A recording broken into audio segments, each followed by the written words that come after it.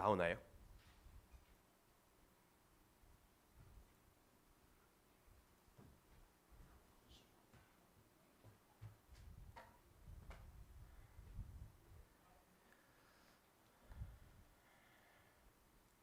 네, 제가 그냥 컴퓨터를 다시 한번 시작하겠습니다. 그러면 인식이 되더라고요. 지난번에도 보니까.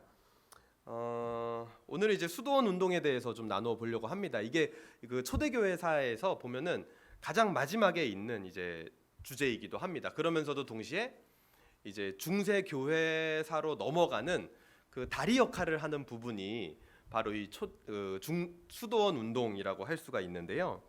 지난 시간에 우리가 이제 이단들에 대하여를 계속 보면서 마지막으로 나누었던 그 이단들이 뭐였냐면 바로 그리스도론 논쟁이었습니다. 이거를 혹시 다른 말로 뭐라고 표현하는지 혹시 기억나시는 분 있으실까요?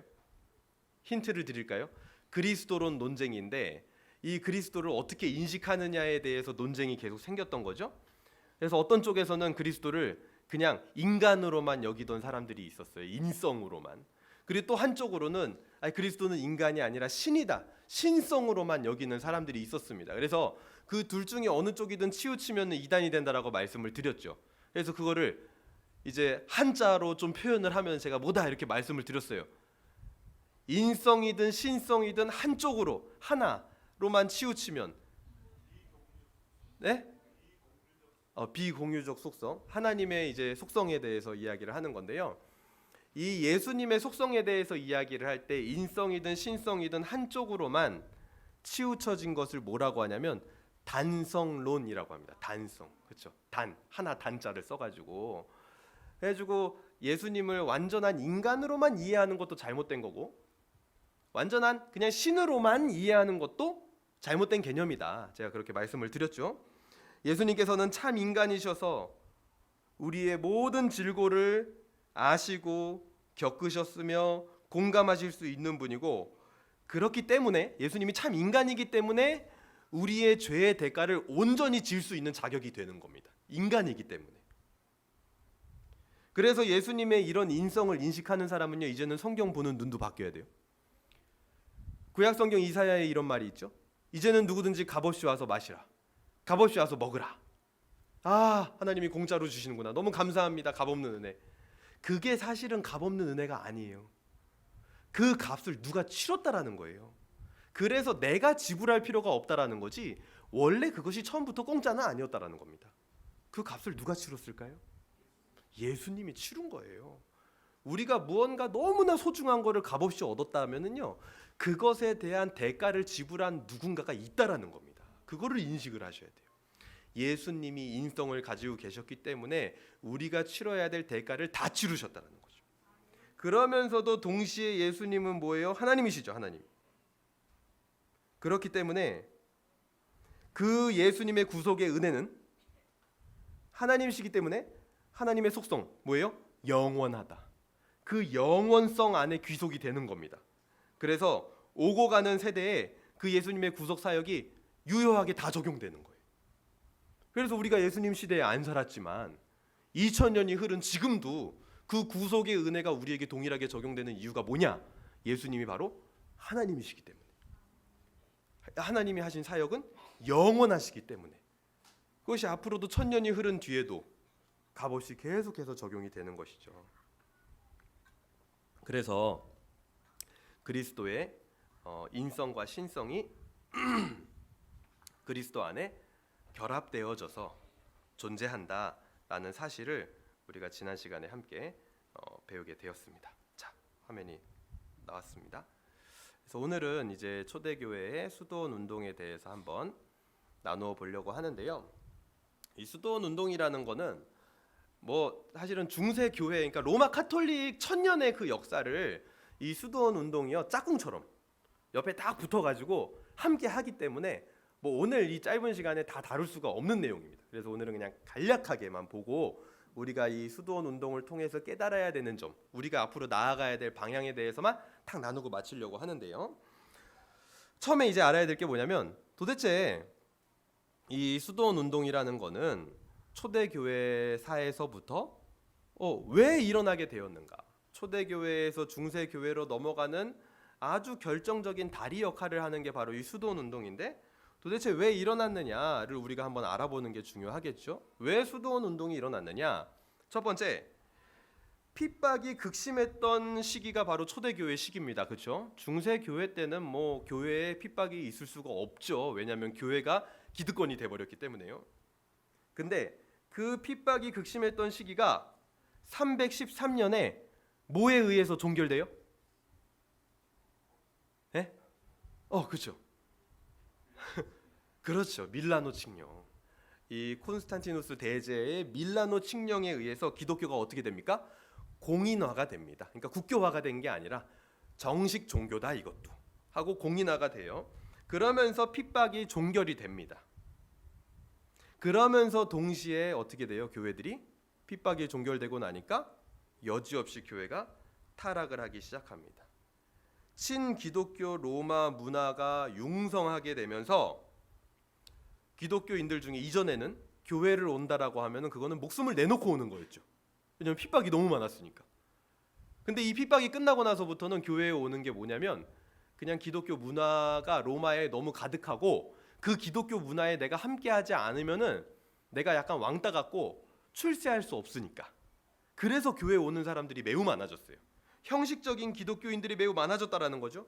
그러면서 교회가 점점 순수성을 잃어가게 되는 겁니다. 그리고 동시에 그러면서 이전에 핍박 때 핍박을 버티면서 교회를 지켜왔던 영웅 같은 기독교의 어르신들이 있었단 말이에요. 그들이 사라지는 거예요, 점점. 이 영웅이라는 거는 핍박 당시에 있었던 주로 순교자들, 핍박 때 죽었던 사람들, 그리고 고백자들을 말합니다. 모진 고문을 받았지만 예수 그리스도를 배신하지 않았던 사람들. 그런 사람들이 이제 핍박이 없어지면서 자연스레 실종이 돼가는 겁니다. 없어지는 거예요. 그러니까 기독교인들이 보고 따라가야 될 모델이 점점 사라져갔다라는 거예요. 그리고 동시에 이제 이단이 성행을 하기 시작하죠. 핍박이 끝나고 나니까 스물스물 이단들이 막 기어 나오기 시작을 합니다. 그리고 뭐 영지주의나 이런 온갖 이상한 사상들이 이 기독교인들의 뇌리에도 지성에도 침투를 하기 시작하는 거예요. 그런 배경에서 수도원 운동이 일어나게 되는데, 이런 배경 속에서 어떤 사람들은 생각을 하게 되는 거죠. 이 타락한 교회 그리고 타락한 세상으로부터 나는 좀 떨어져서 엄격한 성화의 삶을 살고 싶다. 쉽게 말해서 나는 신앙생활 진짜 한번 제대로 해보고 싶어. 저렇게 엉망진창으로 하는 사람들하고 섞여서 신앙생활 하고 싶지 않아. 그래서 세속사회와 떨어진 곳에서 신앙 공동체를 이루고 수도사적인 삶을 살기를 원하는 사람들이 점점 생겨나는 겁니다. 그리고 실제로 이 사람들이 사는 그 삶의 모습이 오히려 당시에 교회와 성도들에게 도전을 주고 활력을 일으키는 경우들이 매우 많았다라는 거예요. 그만큼 기존 교회에 이제 도전을 주고 활력을 일으키는 사람들이 없어졌다라는 거겠죠. 이런 수도사들, 오히려 교회와 떨어져서 자기들끼리 성화의 삶을 살았던 사람들의 모습이 더 멋져 보이는 거예요. 이런 것들이 바로 수도원 운동의 기틀이 됩니다. 그래서 당시에 이 글씨가 좀 작죠. 제가 읽어드리도록 하겠습니다. 당시에 부패한 성직자들의 모습을 이 제롬이라는 불가타 성경을 번역한 이 제롬이라는 사람은 이렇게 표현을 했어요. 제가 읽어드릴게요. 이 사람들은, 여기서 이 사람들이라는 거는 이제 당시 성직자들을 말하는 겁니다. 사제들. 이 사람들은 옷차림만을 생각하는 듯하다. 옷에서 매력적인 향기가 나는지, 신발은 편하게 신겼는지. 이런 사람들은 하나님의 일에 헌신한 사람들이 아니라 마치 새신랑처럼 보일 것이다. 그리고 실제로 그렇다. 왜냐하면 그들 중 어떤 자들은 오직 결혼한 부인들의 이름과 가족들의 성격을 파악하는 일에 몰두하고 있기 때문이다. 이런 일에 도 같은 성직자를 묘사해보자. 이 부담스러운 늙은 사제는 그 부인이 잠들었을 때 침실에 도착한다. 침실의 쿠션이나 테이블보, 예쁜 가구 등을 보면서 놀라워하면서 만져본다. 그리고 자신은 이런 것들이 있지 않다고 한탄한다. 난 이런 것도 없는데 참 예쁘네요. 좋은 거 가지고 계시네요. 결국 그 주인의 강요에 의하여 혹은 성직자의 강압에 의하여서인지는 모른 채 자신이 원하는 것을 얻어냈는데, 이런 성직자들이 아주 싫어하는 두 가지가 있는데, 하나가 절제, 두 번째가 금식이다. 이렇게 당시의 성직자들의 모습을 묘사했습니다. 그러니까 얼마나 타락한 거예요. 이런 배경 속에서 교회가 생동하고 부패성을 회복할 수 있도록 기여한 면이 이 수도원 운동에 있어요. 있기는. 여러분, 수도원 운동하면 어떤 느낌이 드세요? 약간 좀 부정적인 생각이 드시죠, 그렇죠? 저도 그랬거든요. 근데 수도원 운동을 자꾸 파고 조사를 해보니까 처음에 시작 자체가 그렇게 부정적으로 시작된 건 아니더라는 거예요. 그래서 제가 처음에 이 수도원 운동 오늘 강의를 준비할 때 이제 수도원 운동을 해야지라는 거는 이제 지난달부터 생각을 하고 있었거든요. 그래서 수도원 운동 그러면서 막 요즘 인터넷 뉴스도 보고 그러니까 우리나라 경북 상주에도 카르투시오라는 봉쇄 수도원이 있다, 막 이런 게 뉴스에 나오고 그 영화로 만들었더라고요. 그 봉쇄 수도원이 뭔지 아세요? 들어가면 못 나와요. 거기는 부모가 죽어도 안 내보내줘요. 거기에 한국 사람 2명 들어가 있습니다. 외국인 6명, 8명. 그 사람들은요 평생 거기서 먹고 자고 묵상하고 기도하는 것만 해요. 일주일에 대화하는 시간, 주일 점심시간 딱 1시간. 나머지는 말도 못해요. 밥은 하루에 한 끼, 야채만. 그렇게 평생 살아요. 1년에 외출 1번. 그리고 거기서 죽어야 돼요. 부모가 죽어도 상치르러 못 나오는 그런 봉쇄 수도원이 아시아에서 유일하게 우리나라 경북 상주에 있습니다. 카르투시오 수도원. 영화로도 나왔어요, 이번에. 그런 걸 보면서 제가 막 이제 월요반에서도 엄청 비판했거든요. 그렇게 해가지고 뭘 깨닫겠냐, 수도 해가지고. 특히 또 제가 이번에 휴가를 2주 보내고 왔잖아요. 제 목소리가 지금 어떻죠? 쉬고 온 사람의 목소리가 아니잖아요. 진정한 수도란 무엇인가, 이런 것을 생각해 보면서 와, 수도원에 혼자 있는다고? 봉쇄 수도원? 가고 싶다. 야, 얼마나 좋냐. 진짜 봉쇄하고 나 혼자 성경 연구하고 아침에 일어나면 기도하고. 요즘 또 입맛도 없거든요. 밥 하루에 한 끼 그냥 먹고, 뭐 누가 건드리는 사람도 없고. 옷도 보니까 하얀 옷을 입었어요. 아주 제가 봐도 저보다, 이 까무잡잡한 저보다 100배는 거룩해 보이더라고. 야, 나도 저런 옷 입고 딱 있으면 엄청 거룩해 보일 텐데. 진정한 수도란 무엇인가. 그냥 애들 데리고 휴가 가면 안다. 애들 데리고 애 4명을 데리고 캠핑을 한번 가보면 진정한 수도가 무엇인지 알게 된다. 텐트 핀을 박으면서 땀을 주르륵 흘리면서 여름에 애들을 물에 넣었다가 뺐다 넣었다 뺐다. 오늘 청년들이 그 얘기를 듣고 무슨 샤브샤브인 줄 알았다고. 넣었다 뺐다 할 때마다 또 신기한 게 까매져. 한 번 넣었다가 나오면 조금 까매지고, 또 넣었다 나오면 또 까매지고, 또 넣었다 나오면 또 까매져. 애들이 엄청 시커매져서 왔잖아요. 야, 이런 게 진짜 수도지. 이런 게 진짜 하나님 앞에 참 경건이지.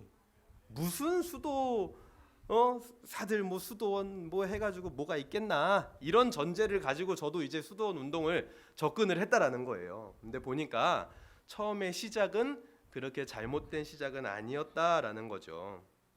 근데 하지만 교회에 도움을 주는 면이 분명히 있었어요. 긍정적인 면이 있었습니다. 근데 하지만 수도원 운동은 긍정적인 면만 있었던 게 아니라 부정적인 면도 있었는데, 대표적으로 첫째, 수도 생활을 하는 사람들이 매우 게으르고 의존적인 삶을 살게 된다. 되게 의외죠. 왜 그러냐면 이 수도원 운동이 처음에는 개인적인 수도 생활을 하는 그냥 개인들이 있었을 뿐이에요. 근데 나중에는 공동체를 만들거든요. 그러니까 우리가 쓰는 공동체라는 요 단어 있죠. 이것도 이 수도원 운동에서 온 말이에요. 이 사람들이 제일 먼저 쓴 겁니다. 공동체라는 거. 왜냐하면 이들은 교회가 아니었거든요. 교회에서 탈피해져 나온 어떤 공동체였기 때문에 이 사람들이 먼저 썼단 말이에요. 근데 그렇게 모여서 공동체 생활을 하는 쪽으로 수도원 운동이 변형이 됩니다. 그러다 보니까 공동체 생활을 하려면 먹고 사는데 이제 또 노동도 하고 농사도 짓고 하거든요. 나중에 수도사들이. 근데 보니까 어떤 수도사들은 아침에 일찍 일어나서 농사도 짓고 자기 할 일들을 열심히 해요.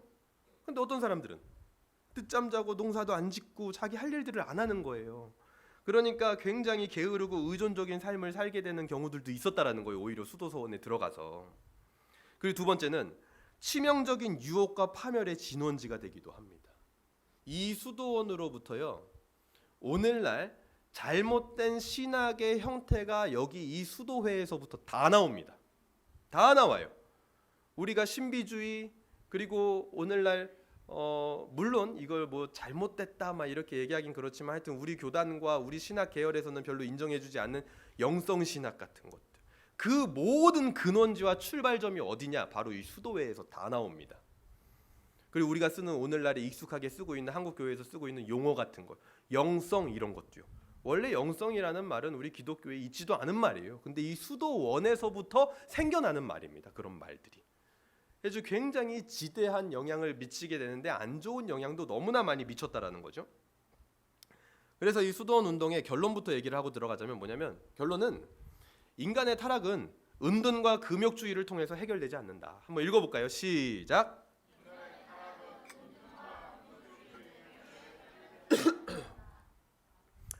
인간의 타락은 수도원 운동에서 지향했던 은둔과 금욕주의를 통해서 결코 해결되지 않는다라는 게 오늘의 결론입니다. 수도원 운동의 흐름을 우리가 좀 봐야 되는데요. 맨 처음에는 이 앞에 보신 대로 첫 번째, 개인적인 수도사들이 등장을 하게 됩니다. 근데 이 수도원 운동을 하는 사람들은 개인적인 수도사들의 누구를 포함시키냐면 세례 요한도 포함을 시킵니다. 그리고 구약 성경에 엘리야도 포함을 시켜요. 왜냐하면 엘리야도 광야로 갔고 세례 요한도요 어디서 활동했어요? 사막, 광야에서. 뭘 먹으면서요? 메뚜기와 석청을 먹으면서 가죽옷을 입고 낙타 털옷을 입고 그렇게 활동을 했잖아요. 그게 딱 수도사들의 모습이었거든요. 사람들을 잘 만나지 않고, 그리고 제자들이 오면은 그 제자들은 받아주고. 그래서 이 개인적인 수도사들이 등장을 했습니다. 금욕을 실천하면서 개인적인 삶을 영위해 나갔던 사람들이에요. 이 사람들은요 교회로부터 분리되지 않았고 자신이 속한 곳에서 실천을 했던 사람들입니다. 이거는요, 그렇기 때문에 이 첫 번째 줄은요 오늘날 우리에게도 해당되는 말이에요. 오늘 우리도 개인적인 삶 속에서 금욕을 행하면서, 쉽게 말해서 용어를 바꾸면 절제를 하면서 살아야겠죠. 그리고 내가 속한 영역 속에서 하나님의 말씀을 실천하는 사람이 돼야겠죠. 그 우리도 해당되는 말이에요. 이건 전혀 잘못된 게 아닙니다. 근데 두 번째, 개인적인 수도사들의 집단이 등장을 합니다. 이게 뭐냐면, 개인적인 수도사들이 자기의 영역 속에서 이렇게 각자 생활하는 건 괜찮았는데, 그 개인적인 수도사들이 공동체 생활은 아니지만 집단을 이루어서 어디 한 군데 다 같이 박혀 들어가는 거예요. 산속에 혹은 사막에. 이 사람들은 교회와 분리되어서 수도 생활을 추구했던 사람들인데, 개인의 삶을 버리고 은둔하여 홀로 경건과 거룩을 위한 수도 생활을 했던 사람들입니다. 대표적인 인물로는 안토니우스라는 사람이 있는데 그 사람을 이따가 우리가 볼 건데요. 그래도 여기까지는 아직까지 개인적이에요. 개인적. 근데 개인적이지만 같이 그 장소에 이렇게 널찍 떨어져 있는 거예요. 개인적으로. 어떤 한 산에 안토니우스라는 사람이 있어. 그러면 수도사들이 몰려드는 거예요. 배우고 싶어서. 근데 하지만 뭐 같이 살진 않아요. 같이 뭐 대화를 하거나 하진 않아. 근데 하지만 그 부근에서, 그 임방에서 같이 수도 생활을 하는 거죠. 그래서 개인적인 수도사들의 집단이라고 제가 이름을 지은 겁니다. 세 번째는 읽어볼까요? 시작. 네, 공동체적인 수도사들의 집단이 등장을 합니다. 개인적인 수도 생활의 한계와 모순을 깨닫습니다. 개인적으로 해보니까 너무 어려워. 진짜 이거는 수도 생활이 보통 일이 아니에요. 왜냐하면 이 사람들의 주식이요 평생에 뭘 먹고 사냐면 소금, 빵, 물, 요 세 가지만 먹고 살아요. 소금, 빵, 물. 신약 사경에 한번 그렇게 해볼까요? 소금과 빵과 물만 먹으면서. 우리 4박 5일도 하기 힘들단 말이에요. 근데 이 사람들은 평생 그것만 먹으면서, 그거 먹다가 쓰러져. 영양실조 걸려서. 그러다가 제자들이 와서 깨우면 다시 일어나서 수도하고. 그랬던 사람들입니다. 근데 그게 너무 어렵잖아요. 혼자 해보니까. 그래가지고 안 되겠다. 우리 같이 좀 모여서 해보자. 서로 도와주면서. 그래서 함께 규칙을 정해서 살면서 일정한 노동과 기도와 규율을 정했던 사람들입니다. 이들에 의해서 수도원의 규율과 규칙 같은 것들이 보편화돼요. 그래서 우리가 수도원 하면은 굉장히 엄격한 규칙, 규율 막 이런 게 우리가 떠오르잖아요. 영화에서도 보면은. 그거를 만든 사람들이 이런 사람들입니다. 공동체적으로 수도 생활을 했던 사람들. 그래서 조직적인 단계가 지나가는 거죠. 이제 조직적으로 구조를 갖춰가는 겁니다. 대표적으로는 파코미오스나 바실, 베네딕트 수도원 혹시 들어보신 분이 있을지 모르겠어요. 베네딕트에 의해서 수도원 운동이 이 전 유럽에 엄청나게 이때부터 유행을 하고 퍼지기 시작합니다. 그리고 네 번째는 이제 중세 수도원 운동인데요. 중세교회, 즉 로마 카톨릭은 수도원 운동과 함께 그 맥락을 같이 합니다. 수도원 운동이 굉장히 활발했고, 수도원이 개인의 신앙을 넘어서 이제는 나중에 흘러가면은 학교, 그리고 작업장, 심지어 나중에 수도원이 무슨 역할도 하는지 아세요? 군대. 십자군 운동이 그래서 여기서 나오는 거예요. 왜냐하면 십자군 그 전쟁이 엄청나게 길었잖아요. 막 100년이 넘게 전쟁을 하잖아요. 근데 생각해 보세요. 일반 군인들이 나가가지고 전쟁을 했는데 거기 한 주둔지에 막 10년씩 20년씩 있을 수 있을까요? 아니, 제대를 해야지. 그 사람들도 고향 돌아가야 될 거 아니에요. 그럼 그 군인들이 빠져서 고향 돌아가면 어떡해요? 그 주둔지는 누가 지켜요? 그래서 수도사들을 시키는 거예요. 왜요? 수도사들은 결혼을 안 했거든. 돌아갈 고향이 없어. 그래가지고 한 수도회를 발탁을 딱 해가지고 너희들이 십자군이 되어라. 그래가지고 이 수도회가 나중에는 군대 역할까지 합니다.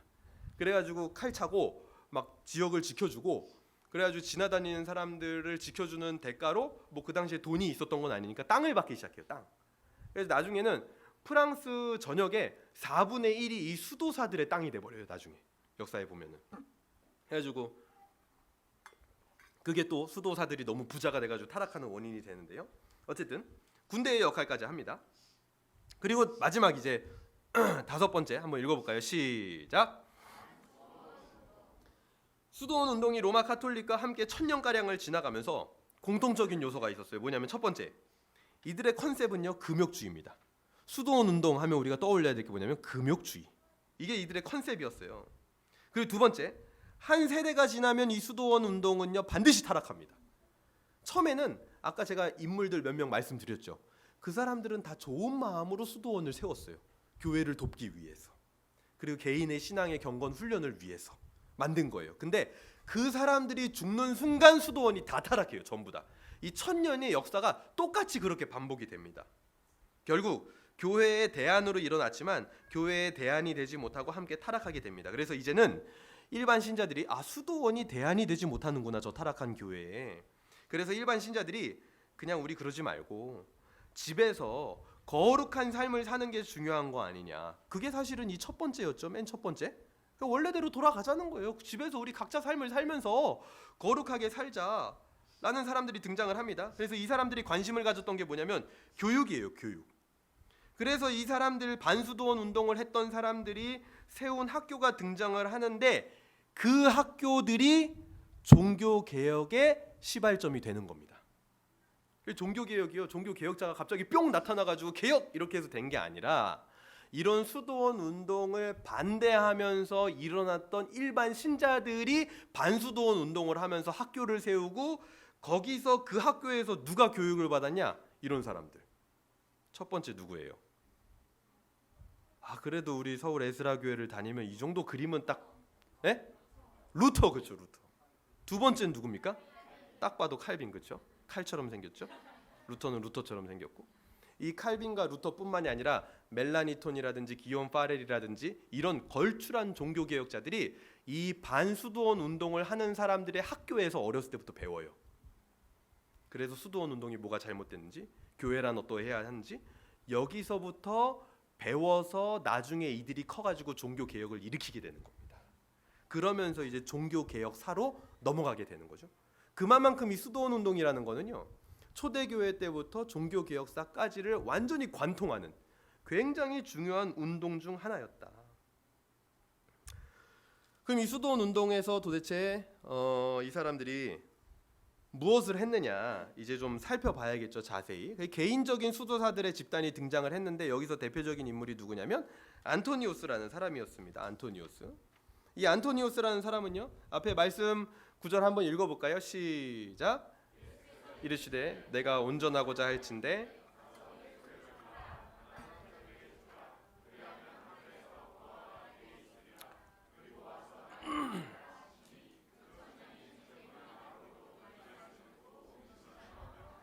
이 말씀을 딱 듣고 나는 이 부자 청년처럼 되지 말아야겠다.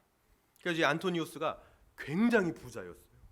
18살의 아버지에게 모든 유산을 다 상속받았는데 지금으로 치면요 건물이 막 몇 채가 되는 엄청난 몇백억대의 부자, 그런 정도 수준이었습니다. 근데 그 재물들을 다 팔아가지고 자기 여동생이 평생 살 수 있는 돈을 조금 나눠주고 나머지는 가난한 사람들에게 다 나눠준 다음 어떻게 가느냐? 사막으로 들어가서 은둔 생활을 하게 됩니다. 그야말로 이 사람은 뭐예요? 말씀대로 살고 싶었던 사람이었던 거죠. 그래서 말씀을 그냥 문자 그대로 자신에게도 적용을 한 거예요. 그래서 35세 때 사막에 있는 폐가에 들어가서 20년 동안 혼자서 생활을 하고 식량은 빵과 소금과 물을 먹으면서 수도 생활을 하는데 그 소문을 듣고 제자들이 몰려오게 됩니다. 그러니까 그 제자들은 또 외면할 수가 없잖아요. 그래서 그 제자들의 수도 생활을 도와줘요. 이렇게 하고 하루의 일과는 일어나서 이렇게 기도하고 그다음에 또 이렇게 말씀 묵상하고 말씀 연구하고 이런 것들을 돕는 정도로만 활동을 해요. 그래서 이들을 일컬어 개인적 수도사들의 집단이다. 이들은 집단 생활이 아닙니다. 같이 모여 있지만 따로 개인적인 삶을 사는 거예요. 이 안토니우스라는 사람이 딱 두 번 이 세상의 모습을 비추는데 첫 번째가 바로 알렉산드리아의 311년에 나타납니다. 그때가 언제냐면 막시미누스 황제, 그러니까 313년이 되기 전이죠. 그러니까 아직 핍박의 때입니다. 그 막시미누스 황제의 박해가 한창일 때 박해받는 성도들을 위로하기 위해서 나타나서 순교하십시오. 순교의 위대함이란 이런 겁니다 하고 성도들을 막 위로하는 그런 역할을 하고요. 두 번째는 350년경 다 늙어가지고 아주 백발이 성성한 노인이 돼서 나타나가지고 뭘 했냐면 그때 당시에 이 아리우스주의라고 하는 엄청난 이단이 막 교회를 괴롭히던 때란 말이에요. 근데 그 아리우스주의를 반박해서 싸웠던 사람이 누구냐면 아타나시오스라는 교부였습니다. 그 젊은 아타나시오스를 위로하기 위해서 열심히 해라, 너가 하는 일 지금 잘하고 있는 거다 하고 이 늙은 안토니오스가 와서 그를 격려하기 위해서 두 번째 딱 등장을 한 거 외에는 이 사람은 이 세상의 모습을 드러내지를 않고 평생 살다가 몇 세에 죽었을까요? 105세. 오늘부터 물과 소금과 빵 105세에 소천을 하게 됩니다. 그래서 이때까지만 해도 뭐 이 사람의 행적에 이상한 게 있나요? 없죠? 뭐 이 사람의 행적에 뭐 이상한 거 없습니다. 그리고 아타나시오스가 안토니오스의 전기를 기록을 했는데 거기에 살펴봐도 뭐 이 사람이 특별한 신비주의라든지 어떤 영성 신학의 그런 모습이라든지 그런 게 나타나질 않아요. 그냥 이 사람은 혼자서 수도 생활 그리고 참 경건한 생활을 하고 싶었던 사람 중에 한 명이었을 뿐이에요. 두 번째, 공동체적인 수도사들의 집단이 등장을 합니다. 첫 번째가 파코미오스인데요. 이 사람이 안토니오스의 은둔수도 생활을 개혁을 합니다. 은둔 생활이 멋져 보여가지고 다들 도전은 많이 하는데 해보니까 너무 힘든 거예요. 그리고 그 은둔 생활 자체가 뭐예요? 기독교의 가르침이 사랑을 실천하라는, 이웃을 사랑하라는 그런 가르침이 핵심인데 그거를 전혀 할 수가 없잖아요. 은둔 생활 혼자 숨어 있으면. 그래가지고 그런 가르침과도 맞지 않다라는 것을 깨닫고 공동으로 수도 생활을 하는 체제를 만들게 됩니다. 그래서 같이 살면서 수도 생활에 서로 도움을 주고 그리고 사회에서는 약한 자들, 가난한 자들을 향해서 돕는 일들도 하는 일들을 이 사람이 만들기 시작을 해요. 그래서 이때 수도원을 효율적으로 운영하기 위해서 규칙과 규범을 만들게 되는데 나중에 이 사람이 만든 수도원이 한 10개 정도였다고 합니다. 그 10개 수도원에서 3,000명가량의 수도사들이 생활을 한 것으로 알려져 있습니다. 그러니까 엄청나게 이 수도원을 통해서 영향력을 미친 사람인 거죠. 근데 이 사람이 만든 수도원, 그러니까 수도원장이에요. 쉽게 말해서 이 파코미오스는. 수도원에 오면은 규칙이 있는데 첫 번째가 뭐냐? 3년 동안은 견습을 한다. 왜냐면 언제 포기할지 모르니까. 두 번째, 문맹들은 반드시 글을 배워라. 그리고 글을 아는 사람들은 성경을 연구해라. 이게 규칙이었고, 세 번째는 가장 중요한 규율은 복종, 노동, 청빈. 이 세 가지는 수도사라면 반드시 지켜야 된다. 무조건적으로 수도원장 말에 복종해야 된다. 그리고 두 번째는 반드시 노동을 해야 된다. 세 번째는 너희들은 무조건 청빈, 가난하게 살아야 된다. 이거를 수도원의 굉장히 큰 규율로 삼고 이후에 생기는 모든 수도원들이 그래가지고 복종, 노동, 청빈 이 세 가지를 핵심으로 수도원들이 다 세워지게 됩니다. 이 파코미오스라는 사람이 한편으로는 이제 공동체적인 수도원을 만들고 있는데 한쪽에서는 또 어떤 일이 벌어지고 있냐면요. 그러니까 이 파코미오스라는 사람도 특별히 이상할 건 없는 거예요. 그렇죠? 이 사람도 뭐 오늘로 치면은 기도원이나 선교단체 같은 걸 만든 거죠. 근데 이상한 사람이 등장을 한 명 하는데요. 이 사람 누구냐? 기둥의 성자라고 불리는 사람인데 이름도 특이하죠. 기둥의 성자. 구글 같은 데 보면 주상성자 이렇게 나와요. 시므온이라는 사람인데 이 사람은 극단적인 금욕주의자입니다. 36년 동안 기둥을 세워가지고 그 위에서 수도 생활을 했던 사람이에요. 여기 옆에 기둥 보이시죠? 이 기둥에 이 옆에 조그만하게 여기 있거든요. 여기 지금 풀에 가려져서 안 보이는데 이게 사람이에요. 기둥이 엄청 높죠. 여기서 생활하는 거예요. 여기서 몇 년 동안? 36년. 그 위에서 수도 생활을 하는 겁니다. 극단적인 금욕주의자였고 그런 극단적인 모습을 따르는 사람들이요 적지 않게 생겨납니다. 초대교회에. 그래가지고 이거를 따라한다고 나는 저거보다 더 뭔가 고행을 하는 모습을 보이면 사람들한테 거룩해 보이겠지 해가지고 어떤 사람은 막 바위에다가 머리를 계속 부딪히는 거예요. 피가 막 줄줄줄 나. 그래가지고 또 어떤 사람은 안 자는 사람, 난 안 잔다. 그거 누가 확인을 했을까? 난 안 잔다, 난 안 잔다. 또 어떤 사람은 안 먹는 사람. 하여튼 육신을 괴롭히는 모든 방법을 총동원해가지고 타락한 영혼을 구원하고자 하는 고행을 하게 됩니다. 처음에 초대교회에서는 이런 류의 고행을 하는 사람들에 대하여서 정죄를 했어요. 그러니까 뭣도 몰랐던 건 아니죠. 초대교회들이 정죄를 했습니다. 그런 식으로 하지 마라. 그것이 너희의 구원을 가져다 줄 수 없다라고 했습니다. 근데 이것이 이제 중세 로마 카톨릭으로 넘어가면서 영지주의의 영향을 받으면서 변질되게 되는 거죠. 그리고 나서 이제 중세 수도원 운동에 큰 영향을 미쳤던 사람들이 바실과 베네딕트라는 사람인데요. 이 사람들은 동방과 서방 수도원 운동의 선구자입니다. 금욕주의적인 수도원 운동에 관심이 있었지만 이 사람들도 마찬가지 인간은 세상과 교회와 완전히 분리될 수 없음을 깨닫게 돼요. 그래서 수도 생활을 하지만 교회를 섬기고 사람들에게 도움을 주는 방향으로 수도원의 방향을 바꾸게 됩니다. 이 사람들도. 그래서 바실을 통해서 수도원이 교회의 일반 기관으로 속하게 돼요. 이게 굉장히 중요한 지점이에요. 사실은 중세 교회로 넘어갈 그 시점에 수도원이라는 거는 교회의 일반 기관이었다라는 겁니다. 그러면서 무슨 역할을 했을까요? 아까 교회에 그런 충족되지 않는 그런 영역이 있었죠.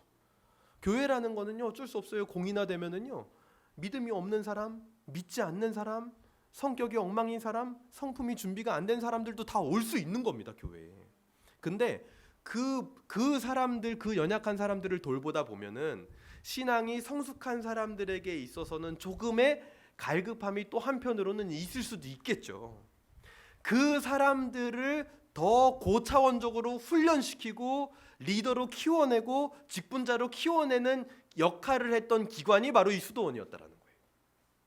그런 거라면 아무 문제 없습니다. 이름이 수도원이라서 우리에게 거부감이 있을지라도요. 그렇게 처음에 경건을 훈련하기 위해서 만들어진 게 바로 이 수도원, 교회의 일반 기관이었다라는 거예요. 베네딕트도 비슷한 흐름으로 수도원 운동을 했고 수도원 운동은 육체를 파괴하기 위한 것이 아니라 경건 훈련을 하기 위해 존재하는 것이다 라고 얘기를 했습니다. 그래서 이때부터 수도원이 유럽 전역에 확산이 되고 서방교회로 가면서 더 강력해지는데 나중에는 사회봉사도 하고 그러니까 교회에 속한 일반 기관으로서 사회봉사도 하고 교육도 하고 선교 사업도 더 많이 하게 돼요. 그러다 보니까 교회와 사회에 엄청나게 많은 영향을 미치게 됩니다. 이와 같이 제가 지금 보면은 여기까지 말하면 이제 수도원 운동이 뭐 특별히 아까 그 기둥의 성자 외에는 이제 뭐 특별히 이상할 건 없잖아요. 그렇죠? 분명한 거는 수도원 운동이 교회에 어느 정도 도움이 되었다라는 것은 의심의 여지가 없습니다. 그러나 교회의 건전성과 신자의 거룩이 수도원 운동의 주요 컨셉이었던 그 금욕주의와 연결되었을 때 그에 따른 폐단이 있었다라는 거죠. 위와 같이 건전한 수도원 운동들은 시작은 좋았지만 결국에는 한 세대를 못 갑니다. 그 원장들이 죽는 순간 수도원의 정신이 깨져버려요. 엉망으로 갑니다. 결국 시선은 어디로 가느냐? 잘하고 있었던 수도원들이 타락하고 하니까 사람들의 시선이 결국 어디로 가냐면 아까 그 기둥의 성자 그런 사람한테만 가는 거예요. 결국 저 사람이 끝까지 남네. 저게 진짠가 봐. 하고 그쪽으로 자기의 시선이 가게 되는 것이죠. 수도원 운동의 폐단이 무엇인지 우리가 한번 살펴봐야겠습니다. 첫 번째, 율법주의가 교회 안에 정착되게 했습니다. 율법주의라는 게 뭐예요?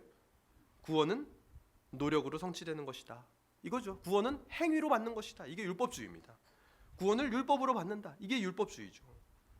구원은 노력으로 성취되는 것이고 그것이 가치 있고 굉장히 멋진 것처럼 부각되는 그런 이미지를 교회에 심어줬다라는 거예요. 수도원 운동이 막 고행을 하면서 그게 멋져 보이는 거예요. 뭔가. 두 번째, 성과 속을 나누는 이원주의로 빠져버리게 됩니다. 육체와 물질은 악하고 영적이고 종교적인 것만 선한 것으로 인식하게 됩니다. 이 수도원운동이 중세를 점점 지나가면서요. 아까 시작은 다 좋았어요. 근데 지나가면서 그렇게 바뀌어졌다는 거죠. 세 번째, 인위적인 금욕주의가 미덕인 것처럼 강요됩니다. 홀로 금욕하는 것만이 신앙의 모델이 되다 보니까 세상에서 내 삶 속에서 고난을 받고 자녀를 돌보고 휴가 동안 텐트 치고 애들을 물에 넣었다 뺐다 하는 그런 어려움들이 있을 수 있잖아요. 우리가 아이를 키우고 가정을 돌보다 보면.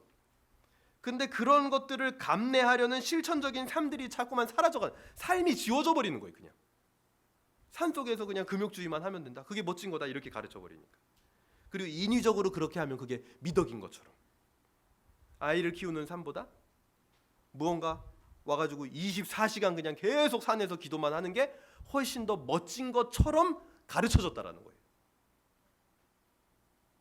어떤 거에 물론 경중을 따질 수는 없겠죠. 근데 그것이 더 멋진 것처럼 가르쳐지는 게 문제였다라는 겁니다.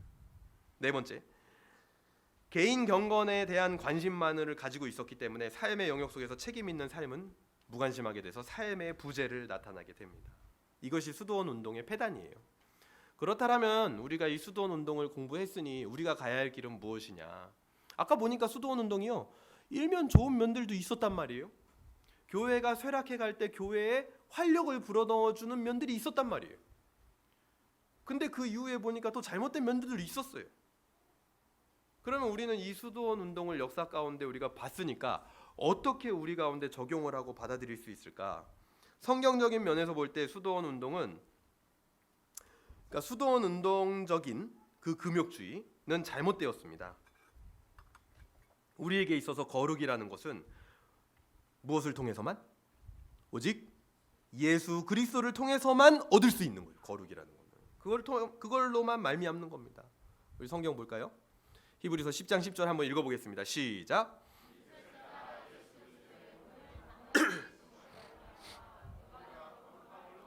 우리가 거룩함을 얻은 그 근본적인 원인이 뭐예요? 예수 그리스도의 속죄를 통하여서. 우리가 거룩하면은 구약에서 어떤 책이 생각나세요? 레위기. 그렇죠, 레위기. 내가 거룩하니 너희도 거룩하라. 근데 그 레위기를 1장부터 27장까지요 쫙 구조를 나열해 보면은요, 가장 가운데 샌드위치에서 가장 맛있는 부분에 레위기 몇 장이 있는 줄 아십니까? 16장이 있어요. 그 16장이 뭔지 아세요? 속죄일 규례예요.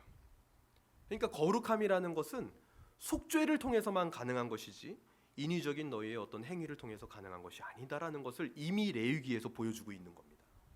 거룩은 누구를 통해서? 예수님을 통해서. 수도원적인 금욕주의를 통해서 얻을 수 있는 게 전혀 아니다라는 겁니다. 그렇다면 성경은 금욕을 배척하는 걸까요? 아니, 다른 말로 표현하면 절제를 배척하나요?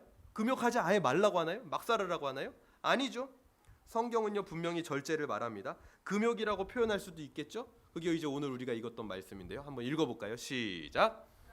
땅에 있는 지체를 죽이라. 곧 음란과 부정과 사욕과 악한 정욕과 탐심이니 탐심은 우상 숭배니라. 뭐라 그래요? 땅에 있는 지체를 죽이라. 음란과 부정과 사욕과 악한 정욕과 탐심, 이런 것들을 다 버리라고 하는 거예요. 우상 숭배라고. 성경은 분명히 절제 그리고 금욕에 대해서 이야기를 하는 부분이 있습니다. 그런데 수도원적인 금욕주의와 성경에서 말하는 금욕주의의 차이는 뭘까요? 수도원 운동의 금욕주의는, 잘 들으셔야 돼요, 내세적 금욕주의입니다. 제 지어낸 말입니다. 이게 뭐냐면요, 내세적이다라는 게 뭐예요? 우리가 죽어서 가는 그곳이 내세잖아요. 그러니까 수도원 운동을 했던 사람들은 자신의 금욕이 저 내세, 한마디로 구원의 영역과 관련지어서 생각을 한 거예요. 그렇지 않다라는 거죠. 우리의 금욕은요, 우리의 구원의 향방과 아무 상관이 없습니다. 우리가 나아가야 할 금욕주의는 뭘까요? 우리 신앙의 선배들, 청교도들은 어떤 금욕을 행했을까요? 청교도들도 꽤나 금욕적인 삶을 살았거든요. 어떻게 했냐면 그들은요, 현세적 금욕주의입니다. 현세적 금욕주의. 그냥 내가 이 땅에서 행하는 나의 금욕과 절제가 나의 구원의 행방을 결정짓는 것이 아니라 구원받은 사람으로서 현실의 삶에서 나타나는 반응으로 그것을 통해서 이웃을 섬기고 하나님의 나라를 위해 하나님의 사랑을 전하기 위한 도구로서 쓰인다라는 거예요. 이 금욕이. 예를 들어서 내가 덜 먹고 덜 쓰면 남을 한 번 더 대접해주고 한 번 더 먹일 수 있겠죠. 그러면서 하나님의 나라가 확장되겠죠. 그러면서 하나님의 사랑이 전해지겠죠. 그러면서 내가 하나님 나라의 통로가 도구가 되는 거겠죠. 그런 정도로만 생각을 했다라는 거예요. 현세적 금욕주의로. 내가 덜 먹고 덜 쓰면 남을 더 섬길 수 있는 거지. 그게 바로 우리가 추구해야 되는 현세적 금욕주의입니다. 그래서 검소하게 절제하며 사는 거예요. 그렇기 때문에 옛날에 이 청교도들은 뭐라 그랬냐면 수입이 늘지가 않았어요. 총 수입이 늘지가 않아. 내 월급은 예를 들어서 300만 원 똑같아요. 근데 하지만 지출, 돈을 쓰는 거에 있어서 하나님 앞에 지혜를 얻는 겁니다. 아, 이런 지출은 이렇게 하면 절약할 수 있겠다. 이런 지출은 필요 없는 지출이니까 줄여야겠다. 해가지고 지출을 줄이고 나니까 내가 쓸 수 있는 뭐예요? 섬길 수 있는 금액이 더 늘어나겠죠. 그거를 일컬어 뭐라 그랬냐면 복 받았다 이렇게 얘기해요. 재정의 복을 받았다. 내가 지출을 조정할 수 있는 지혜를 얻음으로 말미암아 300만 원 안에서 원래는 고정 지출이 150만 원이었는데 그거를 줄여가지고 100만 원으로 낮추고 200만 원을 나를 위해서, 내 가족을 위해서, 내가 섬기는 사람들을 위해서 쓸 수 있게 되었다라는 게 얼마나 큰 복이냐. 이렇게 여기면서 살았다라는 거예요. 하나님이 복 주셨다고 했을 때 무조건 뭐 300만 원이 900만 원이 되고 1000만 원이 되고 1억이 되고 그렇게 될 수도 있겠죠. 근데 그것만을 얘기하는 건 아니었다라는 겁니다. 이것이 바로 뭐냐면 우리가 추구해야 될 현세적 금욕주의의 방향이다. 두 번째 돕는 기관이라고 돼 있죠. 수도원은 오늘날도 과연 필요한가? 긍정적인 면에서 여러분들 생각은 어떠십니까? 중세 수도원 운동의 실패는 수도원이 교회의 대체제가 되려고 했기 때문에 실패한 겁니다. 교회의 대안이라는 것은 있을 수가 없어요. 학교의 대안은 있을 수 있겠죠. 대안학교, 대안교회가 있을 수 있을까요? 존재할 수 없습니다. 그런 거. 교회는 이 세상 그 어떤 기관도 대체될 수가 없어요. 근데 수도원이 그 자리를 차지하려고 했기 때문에 여지없이 실패하는 겁니다. 교회와 같은 역할을 하고 있다면 그것은 이미 교회지 수도원이 아니에요. 교회가 수도원의 기댄 형상이었기 때문에 중세교회의 수도원 운동은 수도원과 교회가 함께 망하게 되는 겁니다. 그렇다고 해서 초기 수도원이 추구했던 삶과 교회를 돕는 면, 그런 것들, 좋은 것들은 우리가 버릴 수가 없겠죠. 이와 같이 교회를 돕는 기관들이 존재해야 된다는 거예요. 근데 그것은요, 선교단체나 외부 단체가 할 수 있느냐? 경험상 할 수 없습니다. 할 수 없어요. 아까 처음에 말씀드렸죠. 반드시 교회에 소속된 일반 기관으로서 교회를 돕는 기관이 존재해야 된다는 겁니다. 외부에 어떤 단체가 생겨버리면요, 이들은 항상 교회를 대체하려는 경향성이 있어요. 초기 모델처럼 교회에 소속된 기관처럼 성도들을 집중적으로 훈련하는 기관이 존재해야 된다는 거예요. 바울의 목회에서 보면은요, 에베소 교회가 있고 그 옆에 뭐가 있어요? 사도행전 19장 9절 읽어볼게요. 시작.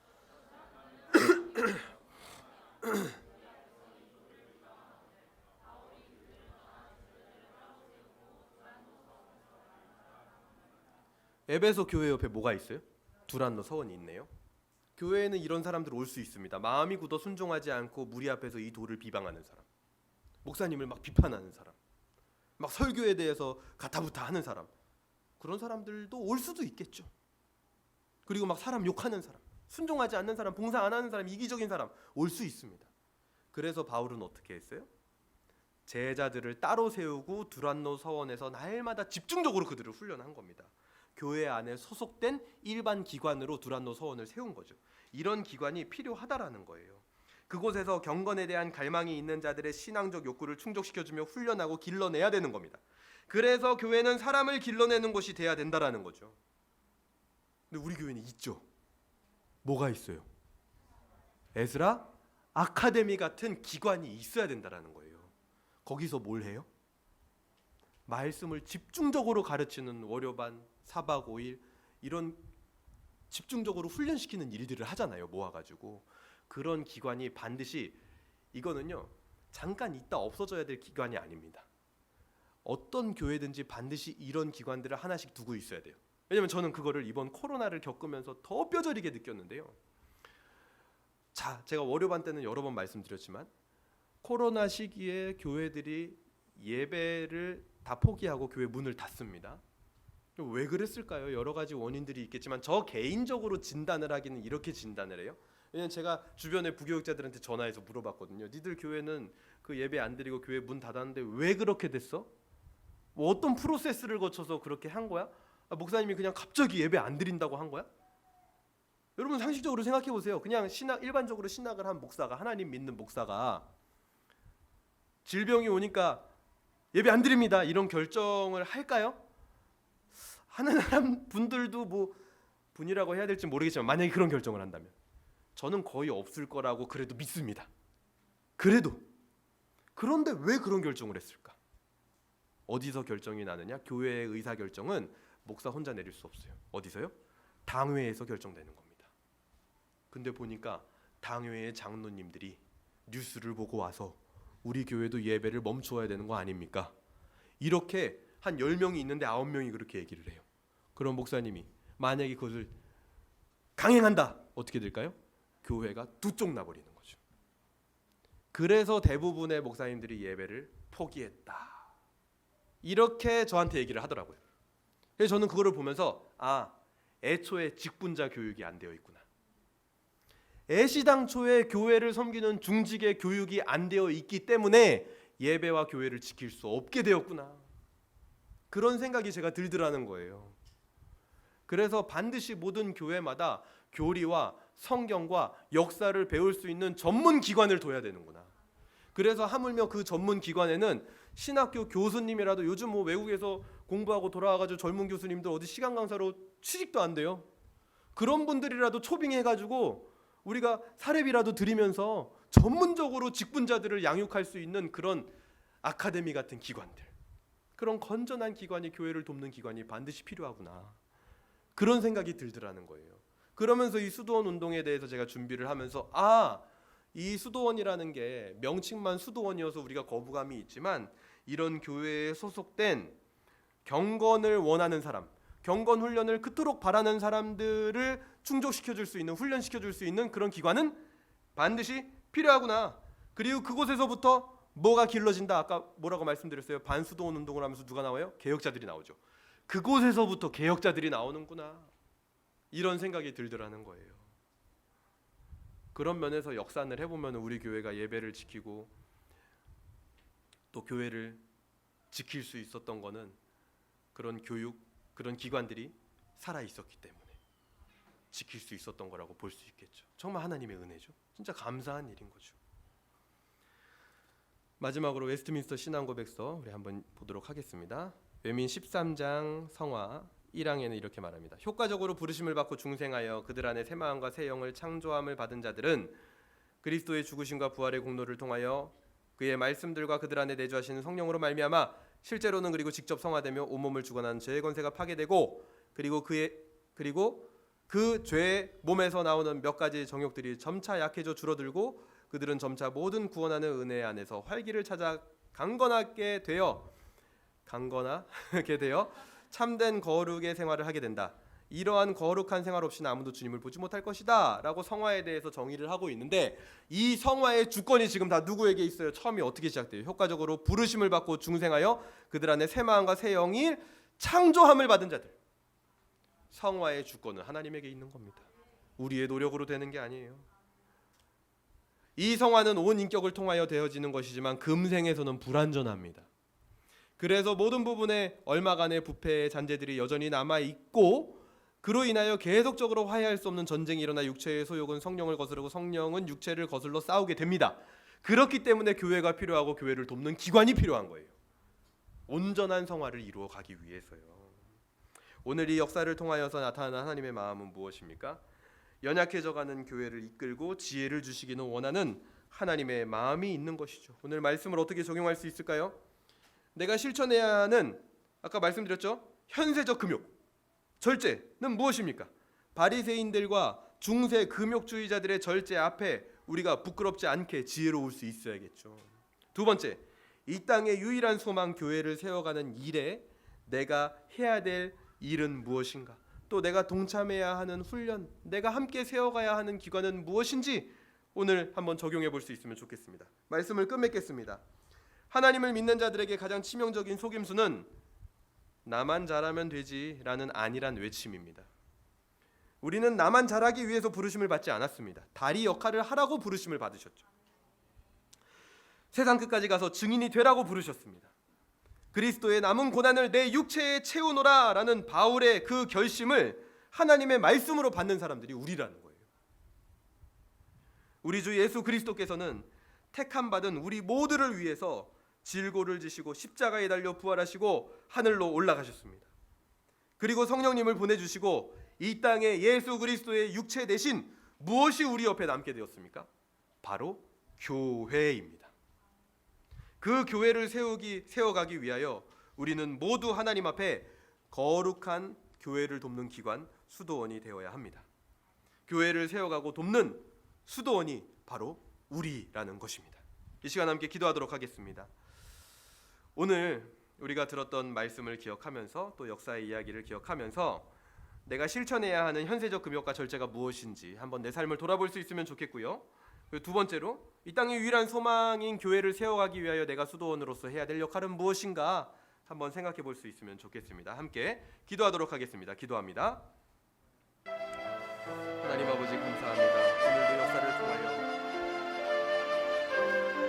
우리가 통찰을 얻게 하시고 또 우리가 나아가야 할 방향을 바로잡게 하시니 주님 감사합니다.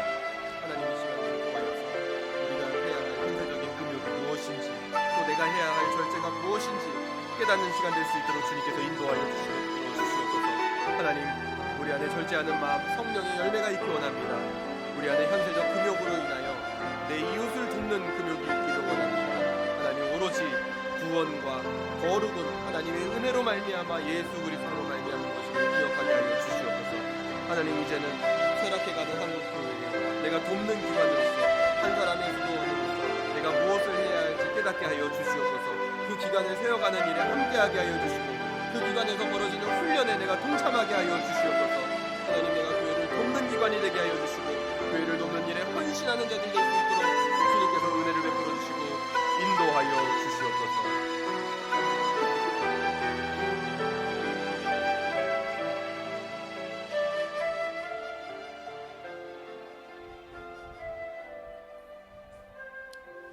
하나님 아버지 감사합니다. 오늘도 역사의 일들을 통하여 또 역사 가운데 섭리하신 하나님의 모습들을 통하여 우리 안에 통찰력을 갖게 하시니 주님 감사합니다. 교회의 쇠락에 마음 아파하시는 하나님, 오늘 역사 가운데 나타났던 수도원 운동을 통해 우리가 실천해야 하는 성경적 절제와 금욕은 무엇인지 되돌아보게 됩니다. 이 시간들을 통하여 우리의 삶을 다시 한번 정비하게 하여 주시옵소서. 또한 이 땅의 유일한 소망 예수 그리스도의 몸된 교회를 세워가기 위하여 우리가 한 사람 한 사람의 수도원으로서 우리가 무엇을 행해야 하는지 깨닫는 한 주간의 시간이 되게 하여 주시옵소서. 감사드리며 예수님의 이름으로 기도합니다. 아멘. 이 시간 찬송가 425장 부르신 후에 제가 기도하고 주일 오후 예배를 마치도록 하겠습니다.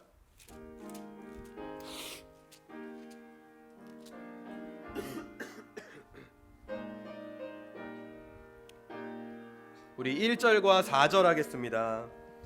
주님의 뜻을 이루소서. 고요한 중에 기다리니 진흙과 같게 날 빚으사 주님의 형상 만드소서. 4절입니다. 주님의 뜻을 이루소서. 온전히 나를 주장하사 주님과 함께 동행함을 만민이 알게 하옵소서.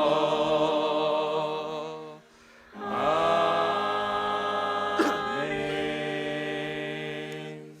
하나님 감사합니다. 오늘도 거룩한 주일을 맞아 시편 85편을 묵상하고 듣게 하시고 또 깨닫게 하시니 주님 감사합니다. 이 자리에 나온 하나님 앞에 다시 돌아가길 원하는 모든 자들을 주님께서 붙잡아 주시옵고, 한 주 동안 말씀을 가지고 적용하며 살 때에 하나님께서 충만한 은혜로 함께하여 주시옵소서. 돌아가는 발걸음도 지켜주시고, 또 저녁 예찬의 시간 가운데 가정 안에서 하나님의 은혜가 나누어질 수 있도록 인도하여 주시고, 또 내일부터 시작되는 에스라 사경회 강사와 또 참석하는 모든 회중들 하나님께서 은혜로 지키고 보호하여 주시옵소서. 감사드리며 예수님의 이름으로 기도합니다. 아멘.